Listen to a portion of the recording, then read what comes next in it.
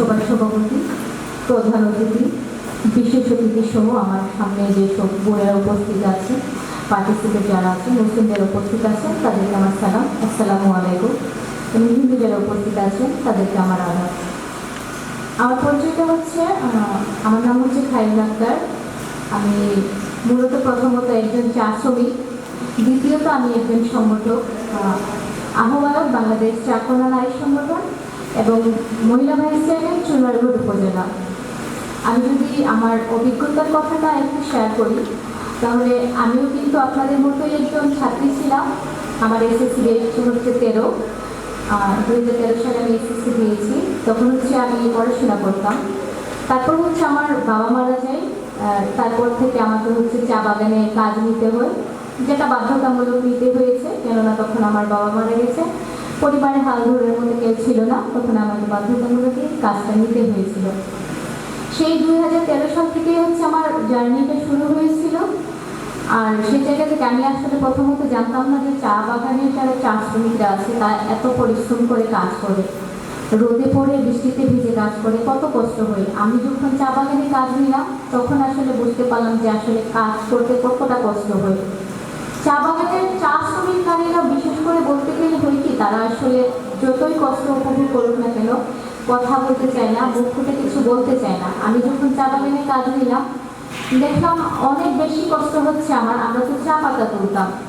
তখন হচ্ছে 2013 সালে আমাদেরকে আমাদের মজুরি তখন ছিল 87 টাকা মজুরি, এখন মজুরি হচ্ছে 187 টাকা মজুরি এখন বর্তমানে। আমরা 2022 সালে হচ্ছে মজুরি বৃদ্ধির আন্দোলন করেছিলাম।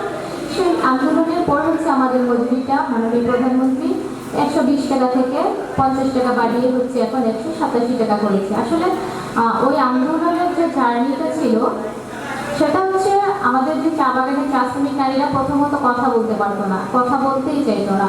আমি যখন কাজ নিলাম, কাজ করতে করতে দেখলাম আমাদের এত পরিশ্রম হচ্ছে, অথচ কেউ কোনো ধরনের কোনো প্রতিবাদই করছে না। সেই জায়গা থেকে আমি ওদেরকে বললাম যে আমি যদি প্রতিবাদ করি তাহলে কি আপনারা আমার সাথে থাকবেন? তখন হচ্ছে যে চা বাগানের চা শ্রমিক নারীরা আছে, তখন ওরা আমাকে বলেছে যে তুমি যদি প্রতিবাদ করো তাহলে আমরা তোমার সাথে থাকবো। সেই প্রথম হচ্ছে আমি প্রতিবাদটা তুলি আমাদের চা শ্রমিক নারীদের। আমরা হচ্ছে যারা চা বাগানে কাজ করে বৃষ্টির পানিতে ভিজে চা পাতা তুলি, কিন্তু চা বাগানের চা শ্রমিক নারীদেরকে হচ্ছে কি, তো মালিক পক্ষরা আছে ওনাদেরকে কোনো রেইনকোটের ব্যবস্থা করে দেন নাই। চা বাগানগুলোতে 80 থেকে 90% নারী চা শ্রমিকরা কাজ করে, কিন্তু ওদের বেলায় কি কোনো শৌচালয়ের ব্যবস্থা নেই। কিন্তু মালিক পক্ষরা হচ্ছে বলে থাকেন সর্বসময় যে ওনারা হচ্ছে চা বাগানে চা শ্রমিক নারীদেরকে বিভিন্ন ধরনের সুযোগ সুবিধা দিয়ে থাকেন, কিন্তু আসলে বাস্তবতা যদি আমরা দেখি তাহলে এরকমের আসলে কোনো সুযোগ সুবিধাই হচ্ছে চা বাগানের নারীদেরকে দিয়ে থাকে না। আমি সেই জায়গা থেকে চেষ্টা করেছি প্রতিবাদ করার, এবং আমার পাশেও থেকেছে চা বাগানের চা শ্রমিক নারীরা। এবং 2024 সালে আমি হচ্ছে মহিলা ভাইস চেয়ারম্যান নির্বাচন করি। আসলে চা বাগান থেকে হচ্ছে বাংলাদেশের প্রথম হচ্ছে আমি একজন চা শ্রমিক নারী যে হচ্ছে উপজেলাতে হচ্ছে নির্বাচনে অংশগ্রহণ করেছিলাম। আমি ওনাদেরকে বলেছিলাম যে আসলে আমি তো চা বাগানে কাজ করি, আমার দ্বারাতে আসলে শুধুমাত্র নমিনেশনের টাকায় হচ্ছে 75,000 টাকা দিতে হয়েছে। ওই জায়গাতে আমার নমিনেশন টাকাটা দেওয়ার মতো আসলে সামর্থ্য ছিল না। তখন আমার চা বাগানে আমার উপজেলা হচ্ছে 17টা চা বাগান আছে।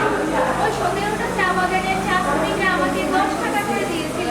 আমি ওই 10 টাকা করে নিয়ে হচ্ছে উপজেলাতে নির্বাচনে অংশগ্রহণ করেছিলাম, এবং ওই জায়গা থেকে হচ্ছে আমি পোস্টারিং খরচ বা নির্বাচনে যা যাবতীয় খরচ সেই জায়গা থেকে করেছি।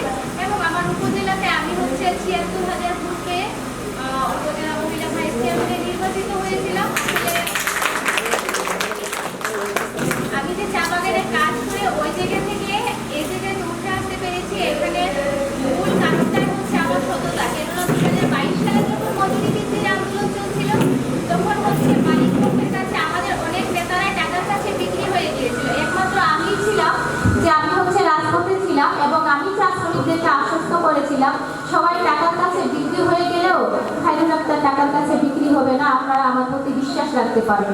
সেই 2022 সালে সবাই যখন আন্দোলন থেকে সরে দাঁড়িয়েছে তখন আমি কিন্তু ওনাদেরকে নিয়ে রাজপথে ছিলাম। আন্দোলন সংগ্রাম করার পর আমরা আমাদের মজুরি বৃদ্ধিটা করতে পেরেছিলাম। সেই জায়গা থেকে চা শ্রমিকরা আমাকে অনেক ভরসা করে আমাকে অনেক বিশ্বাস করে, কেননা ওনারা জানে আমি ওনাদের সাথে কখনোই বেইমানি করবো না, কখনোই বিশ্বাসঘাতকতা করবো না। কেননা আমি যেহেতু একজন চা শ্রমিক, আমি শুধুমাত্র আমার চা শ্রমিকদেরকে নয়, আমার সাথে যারাই বড় আছেন বা ছোট আছেন, আমি সবাইকে সম্মান দিয়ে কথা বলি, সবাইকে শ্রদ্ধা করি। কেননা এটা আমার পারিবারিক শিক্ষা। প্রথমত শুধুমাত্র কলেজে পড়াশোনা করলে হচ্ছে শিক্ষিত হওয়া যায় না, বই পড়লে শিক্ষিত হওয়া যায় না, পারিবারিক একটা শিক্ষাও থাকে। যদি মানুষের মনুষ্যত্ববোধ না থাকে, যদি আপনারা নিজেদেরকে ওরকমভাবে তৈরি করতে না পারেন, তখন কেউ কিন্তু আপনাকে ওরকমভাবে তৈরি করতে পারবে না। আমি যেহেতু চা শ্রমিক হয়ে ওই জায়গা থেকে হচ্ছে মহিলা ভাইস চেয়ারম্যান হতে পেরেছি। আর বিশেষ করে হচ্ছে চা বাগানের যে মানুষ, তারা কখনো হচ্ছে তেমন বেশি একটা মামলা মোকদ্দমা এগুলোতে যায় না, তাদের বেশি মানে আইনের আশ্রয় যেতে হয় না। কেননা আমরা যারা চা বাগানে আছি, আমরা হচ্ছে ওইটা সালিশ বিচারের মাধ্যমে মধ্যস্থতা করে এগুলো সমাধান করার চেষ্টা করি। আমরা চাই না যে একটা মানুষ মামলা করার পর হচ্ছে বারবার কোর্টে চক্কর কাটুক, বারবার হচ্ছে কোর্টে গিয়ে কথা বলুক, আদালতে যাক, উকিলদের সাথে কথা বলুক। আমরা চাই যে সেটা যদি আমাদের মাধ্যমে সমাধান হয়ে যায়, আমরা যদি সমাধান করে দিতে পারি, তাহলে একজন চা শ্রমিকের হয়রানি ওরকমভাবে হতে হয় না। আমাদের এখানে যে উপজেলা ভাইস চেয়ারম্যান আছেন, আমরা এর সাথে নির্বাচন করেছিলাম, উনিও হচ্ছে ওনার জায়গা থেকে ওনার যেসব উপজেলা মানুষগুলো আছেন সর্বসময় হচ্ছে গ্রাম সালিশ আদালতের মাধ্যমে হচ্ছে ওই সমস্যাগুলো সমাধান করার চেষ্টা করে। আমি বেশি কিছু বলতে চাচ্ছি না। আপনারা যারা এখানে উপস্থিত আছেন, আমি মনে করি আপনারা পড়াশোনা করে আপনাদের জায়গা থেকে আপনারা আরো অনেক দূরে এগিয়ে যাবেন, এবং আপনারা চেষ্টা করবেন আপনাদের যারা ভাই বোনেরা আছে তাদেরকে ভালো পরামর্শ দিতে এবং আপনাদের মতো করে তৈরি করতে। ওনারাও যেন মানুষের পাশে এসে দাঁড়াতে পারে, মানুষের সহযোগিতা করতে পারে এবং মানুষকে সম্মান, শ্রদ্ধা, ভালোবাসা দিয়ে কথা বলতে পারে। উপস্থিত সকলকে ধন্যবাদ জানাই। আসসালামু আলাইকুম। আদাব।